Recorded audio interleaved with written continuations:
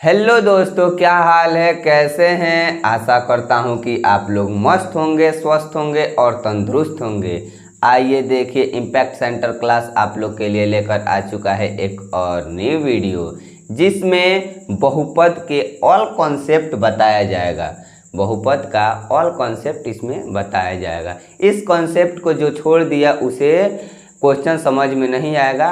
ये कॉन्सेप्ट आप लोग अच्छी तरीक़ा से देख लीजिएगा। आइए चलते हैं अपने टॉपिक पर। देखिए, सबसे पहले है बहुपद। तो बहुपद किसे कहते हैं? बहुपद, देखिए, बहु के मतलब होता है बहुत, बहु के मतलब होता है बहुत, और पद के मतलब होता है पद। इसको अरेंज करेंगे तो बहुत पद मतलब जिसमें बहुत सारा पद, बहुत सारा टर्म होता है, उसे हम कहते हैं बहुपद। अब आप लोग को समझ में नहीं आता होगा कि पद किसे कहते हैं, तो ऐसे लिखा हो ना, उसे हम लोग क्या कहेंगे? पद कहेंगे। कुछ भी ऐसा लिखा हो एक एक करके, उसे ही हम लोग क्या कहेंगे? पद कहते हैं। आइए एक जैसे में समझते हैं।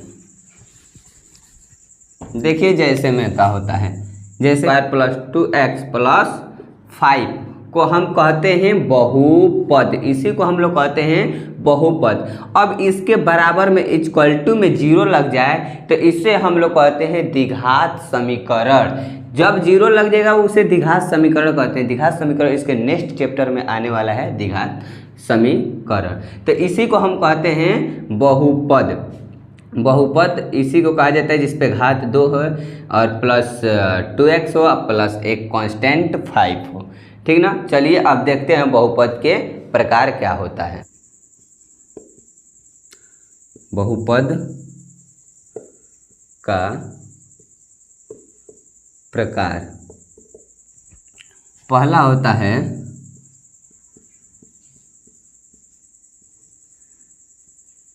रैखिक बहुपद। रैखिक बहुपद किसे कहते हैं? तो रैखिक बहुपद उसे कहते हैं जिसका पावर में 1 हो, उसे रैखिक बहुपद कहते हैं। हिंदी में कहने का मतलब कि जिसके पावर में 1 हो उसे रैखिक बहुपद कहते हैं। आइए देखते हैं रैखिक बहुपद के रूप। इसका रूप क्या होता है, मतलब व्यापक रूप। व्यापक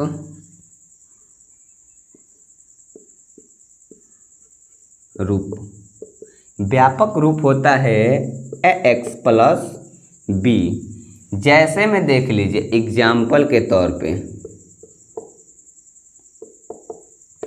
आप लोग को जो भी रैखिक बहुपद मिलेगा इसी के रूप में मिलेगा। देखिए एग्जाम्पल के तौर पे 2x प्लस 5, मतलब जहाँ a और b रहेगा वहाँ कोई भी अंक रहेगा, इसे ही हम कहेंगे रैखिक बहुपद। देखिए इसमें दूसरा होता है द्विघात बहुपद। द्विघात बहुपद, द्विघात बहुपद किसे कहते हैं? जिसका घात 2 हो उसे द्विघात बहुपद कहा जाता है। देखिए इसका रूप क्या होता है?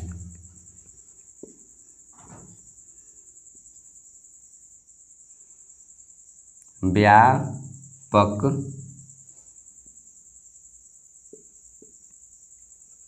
रूप। देखिए यहाँ व्यापक गलती लिखा गया है, 2 या लिखा गया है, ओनली ए हो, एक ही होगा, व्यापक।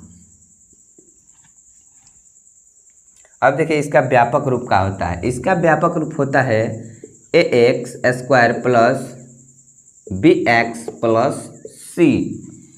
आइए इसका एग्जाम्पल में देखते हैं। जब तक एग्जाम्पल किसी चीज़ के नहीं देखा जाता है समझ में नहीं आता है।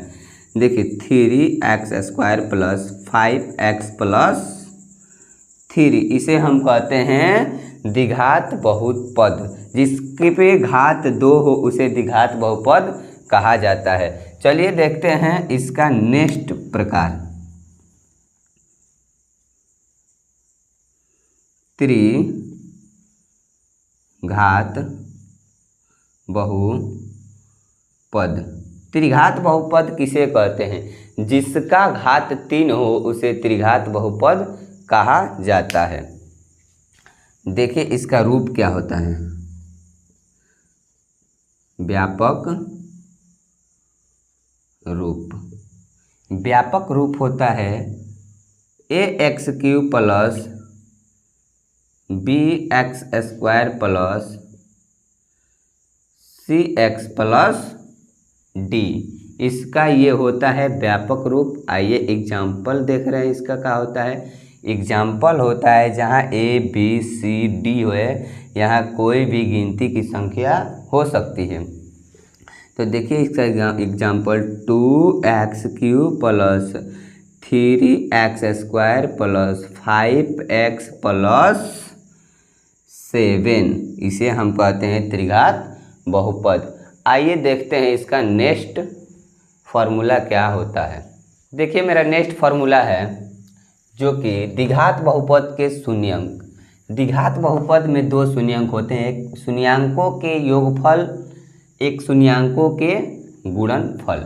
तो शून्यंकों के योगफल को हम कह सकते हैं अल्फा प्लस बीटा, और शून्यंकों को गुणनफल को कह सकते हैं हम अल्फा इंटू बीटा। शून्यंकों का योगफल का फॉर्मूला होता है -b/a, और शून्यंकों का गुणनफल के फॉर्मूला होता है c/a।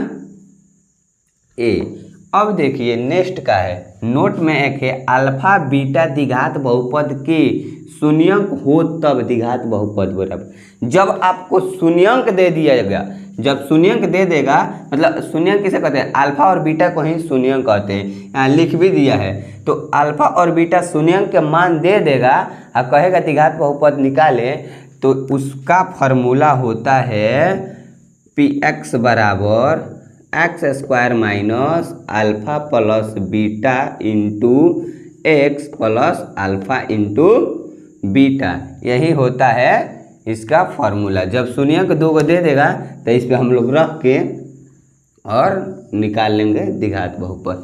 चलिए देखते हैं अब त्रिघात बहुपद के शून्यंक क्या क्या होता है। त्रिघात बहुपद alpha plus beta plus gamma बराबर होता है -v/a। Alpha beta plus beta gamma plus gamma alpha बराबर होता है c/a, और alpha into beta into gamma बराबर होता है -d/a। आइए त्रिघात बहुपद के जब शून्यंक दिया रहेगा अल्फा बीटा गामा, जब इसका शून्यंक दिया रहेगा अल्फा बीटा गामा शून्यंक दिया रहेगा, तब कहेगा इसको कि बहुपद त्रिघात बहुपद ज्ञात कीजिए। तो जब शून्यंक आपको दे दिया रहेगा, बोलेगा त्रिघात बहुपद निकालिए, तो इसी सूत्र को आप लोग लगा देना और निकाल दीजिएगा त्रिघात बहुपद। देखिए px बराबर x³ minus alpha plus beta plus gamma into x² plus alpha beta plus beta gamma plus gamma alpha into x minus alpha into beta into gamma. इस फार्मूला को लगाकर त्रिघात बहुपद निकाल देना है। अब देखिए px, एक और मेरा कॉन्सेप्ट है, px में gx से भाग देने पर क्या होता है। तो px में gx से भाग देने पर देखिए क्या होता है। इसका सूत्र है px बराबर gx into qx plus rx। ये मेरा सूत्र होता है जो कि फॉर्मूला कहते हैं लोग। इसका हिंदी टर्म में फार्मूला क्या होता है? इसे कहते हैं भाज्य, इसे कहते हैं भाजक, इसे कहते हैं भागफल, इसे कहते हैं शेषफल। तो हिंदी में कोई पूछता है तो भाज्य बराबर भाजक इंटू भागफल प्लस शेषफल। देखिए इस पर कैसे आएगा। ये है भाज्य, ये है भाजक, ये है भागफल और ये होता है शेषफल। आपको इससे इसमें भाग देना रहेगा। यही हमारे द्विघात बहुपद में बस इतना ही थ्योरी था और कॉन्सेप्ट था। इसे आप लोग अच्छा से देख लीजिएगा। नेक्स्ट वीडियो में लेकर आएंगे 2 नंबर वाला क्वेश्चन, उसके बाद आएगा 5 नंबर वाला क्वेश्चन।